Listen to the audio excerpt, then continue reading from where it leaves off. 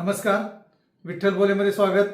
मी विठ्ठल पाटील. आजपासून उत्सवाचा दिवाळीचा सण सुरू होतोय. आज वसुबारस आहे. त्यामुळं सर्वप्रथम आपणा सर्वांना दिवाळीच्या हार्दिक हार्दिक शुभेच्छा. ऐन दिवाळीत राजकीय वातावरण तापलेलं आहे. चांगलीच फोडणी दिली गेलेली आहे. प्रत्येक मतदारसंघात विधानसभेच्या निवडणुकीच्या अनुषंगानं प्रत्येक मतदारसंघात वेगवेगळी फोडणी आणि वेगवेगळे ठसके आपल्याला ऐकायला आणि पाहायला मिळत आहेत. खरं तर आज कोल्हापूर जिल्ह्यात सर्वाधिक लक्षवेधी ठरलेला आहे तो म्हणजे कोल्हापूर उत्तर विधानसभा मतदारसंघ. या मतदारसंघात महायुतीनं खरोखर बाजी मारली असं म्हटलं तर वावगं ठरू नये. कारण महाविकास आघाडीत असलेली धुसफूस आणि महायुतीनं एकत्र येऊन जाहीर केलेला उमेदवार हीच महायुतीनं घेतलेली आघाडी म्हटलं तर तेही वावगं ठरणार नाही. सुरुवातीपासूनच महायुतीमध्ये मोठ्या प्रमाणात कुरघोड्या सुरू आहेत असं वातावरण सुरू होतं. एकनाथ शिंदेच्या शिवसेनेचे राजेश क्षीरसागर यांनी कोल्हापूर उत्तर मतदारसंघावर आपला दावा कायमस्वरूपी सांगितला आणि आपणच उमेदवार राहणार हे त्यांनी अनेक दिवसांपासून स्पष्ट केलं होतं आणि त्याचा प्रत्यय आता आलेला आहे आणि महायुतीकडून तेच उमेदवार म्हणून रिंगणात उतरत आहेत. आजच त्यांनी उमेदवारी अर्ज सुद्धा दाखल केलेला आहे. एकीकडे राज्यसभेचे खासदार धनंजय महाडिक हे भारतीय जनता पक्षाचे कोल्हापुरातील एक वरिष्ठ नेते मानले जातात.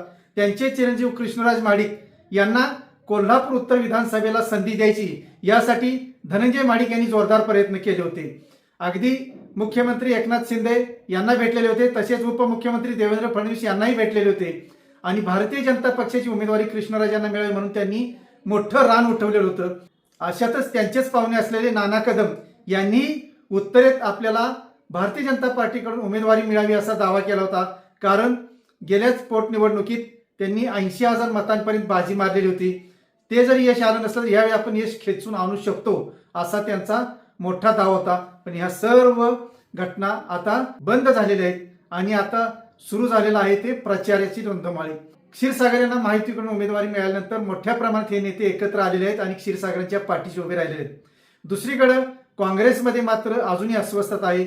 महाविकास आघाडीचा उमेदवार काँग्रेसने खेचून आणला. काँग्रेसचे जिल्हाध्यक्ष आणि आमदार सतेज पाटील यांनीच उमेदवारीसाठी पक्षश्रेष्ठींकडे आग्रह धरला आणि काँग्रेसला उमेदवारी मिळावी यासाठी दबावतंत्राचा वापर करून शरद पवारांची राष्ट्रवादी आणि उद्धव ठाकरेंची शिवसेना या दोघांनाही उमेदवारी न मिळू देता काँग्रेसकडे उमेदवारी राखली आणि ही उमेदवारी माजी नगरसेवक राजेश लाटकर यांना दिली. राजेश लाटकर यांना उमेदवारी मिळताच काँग्रेसचे जे निष्ठावंत होते ते नाराज झालेले आहेत. विशेषतः सचिन चव्हाण हे शिवाजी पेठेतला एक बडप्रस्त आहे. 50 वर्षापासून आपण काँग्रेसशी एकनिष्ठ आहोत.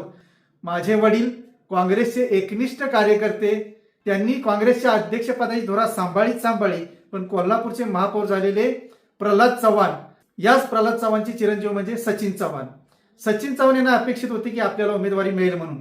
यासाठी सचिन चव्हाण यांनी सुद्धा मोठी बांधणी केलेली होती आणि ते अलीकडं म्हणजे गेल्या 4-5 वर्षापासून सतेज पाटील यांचे एकनिष्ठ कार्यकर्ते कामात व्यस्त होते.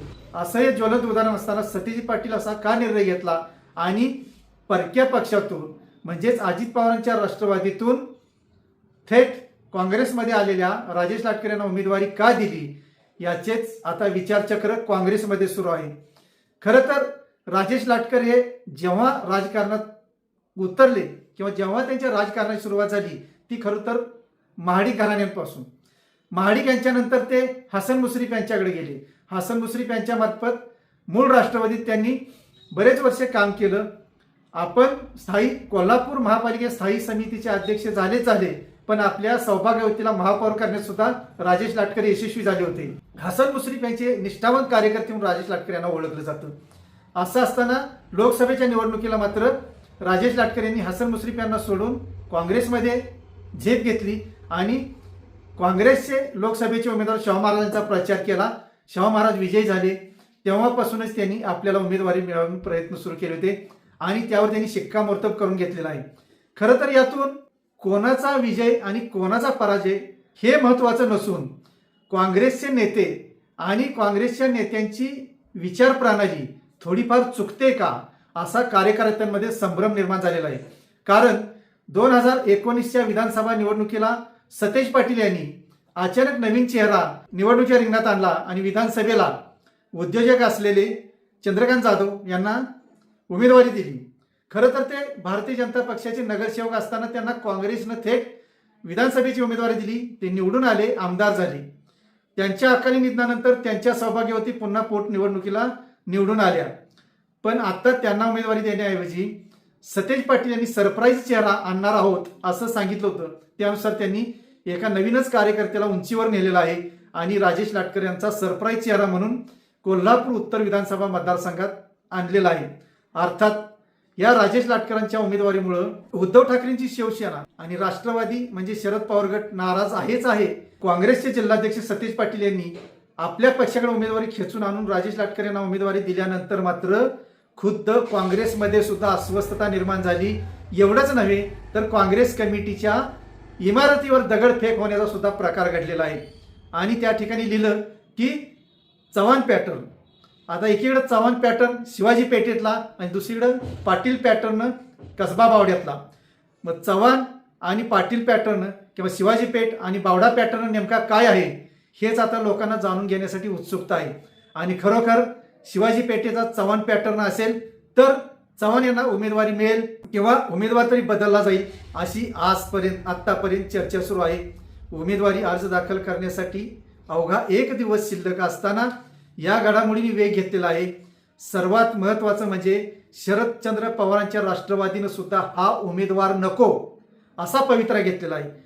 तसाच पवित्रा उद्धव ठाकरेंच्या शिवसेनेनं सुद्धा घेतलेला आहे. उद्धव ठाकरे शिवसेनेचे शहर प्रमुख रविकिरण इंगवले यांनी सुद्धा बंडाची भाषा वापरलेली आहे. पण अजून प्रत्यक्षात ती आलेली नाही, पण येऊ शकते काय. आणि गमतीचा भाग म्हणजे रविकिरण इंगवले आणि सचिन चव्हाण हे एकाच पेठेतील म्हणजे कोल्हापूरच्या महत्त्वाच्या शिवाजी पेठेतील आहेत. या दोघांचं राहण्याचं निवासस्थानाचं ठिकाण शिवाजी पेठच आहे. दोघांची घरं काही अंतरावर आहेत. पण एक नेता किंवा एक कार्यकर्ता काँग्रेसचा सचिन चव्हाण काँग्रेसचे शहर जिल्हाध्यक्ष आहेत आणि रविकिरण इंगवले उद्धव ठाकरेंच्या शिवसेनेचे शहर प्रमुख आहेत. हा दोघातील फरक मिळता जुळता आहे. म्हणूनच चव्हाण पॅटर्न आणि पाटील पॅटर्न किंवा शिवाजी पेठ पॅटर्न आणि बावडा पॅटर्न नेमका काय राहणार, उमेदवार लाटकरच राहणार की उमेदवार बदलणार यावरच आज दुपारपर्यंत तरी खल होणार आहे. आणि त्यानंतर खऱ्या अर्थानं प्रचाराला वेग येणार आहे.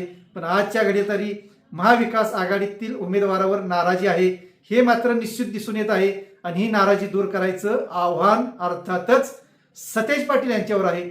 ते नाराजी दूर करण्यात यशस्वी होत आहेत का जे नाराज आहेत ते उमेदवार बदलण्यात यशस्वी होत आहेत हे पाहण्यासारखं आहे. पण या एकूण प्रकरणात राजेश लाटकर यांना मात्र मनस्ताप सहन करावा लागणार आहे. विनाकारण त्यांना ह्या एकूण राजकीय घडामोडीत राजकीय गदारोळात त्यांचा बळी जाईल की काय अशी शक्यता व्यक्त केली जात आहे. एका तरुण उमद्या अशा ह्या राजेश लाटकर यांना या उमेदवारीच्या घोळात अडकवलं जाईल काय आणि ते राजकीयदृष्ट्या त्यांना अडचणीचं ठरेल काय हाही दुसरीकडे विचार व्यक्त होत आहे. धन्यवाद. असेच नवनवीन विषय ऐकण्यासाठी लाईक, सबस्क्राईब आणि बेल आयकॉनवरती क्लिक करा.